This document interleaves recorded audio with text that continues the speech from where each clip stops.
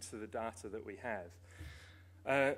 What often happens is that we look at our audience, or our board looks at the audience for what we do, and they see gaps in it based on demographics.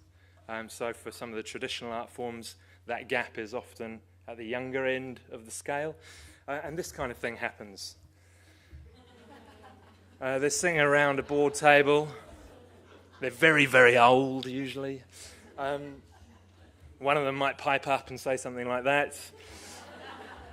And they say to the director, you know, we really need to get more young people. We really do. You know, let's get on Facebook. Come on, Twitter. That's how you get to young people. And so the artistic director goes off and he's like, what are we going to do? We need to do something to attract young people. Bing, they have a great idea. And actually, I'm joking around a bit, but actually often the ideas are absolutely fantastic. Brilliant ideas for new and challenging work that we aim to attract a new audience to. And then we bring in this guy. Many of you. The first thing he does is he says to his artistic director, you know, so who's it for? What's the audience for this? And the artistic director turns around and says, everyone. And the marketer is just like, oh, okay. The problem is, the marketer has been told this really is a demographic we're trying to target. We want more young people or old people or, you know, ethnically diverse people. But people aren't defined by their demographics. We're not defined by how much money we earn. We're not defined by how old we are.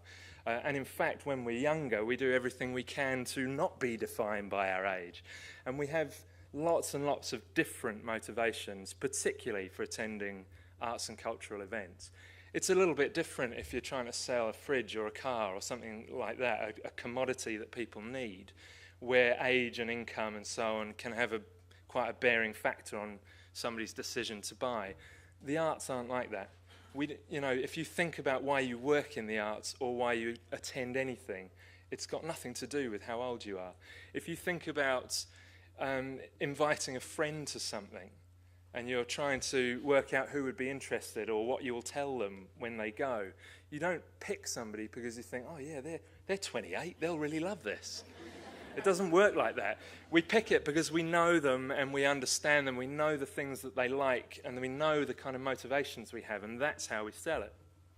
Unfortunately, poor old Don here doesn't have those tools. So what happens is often this.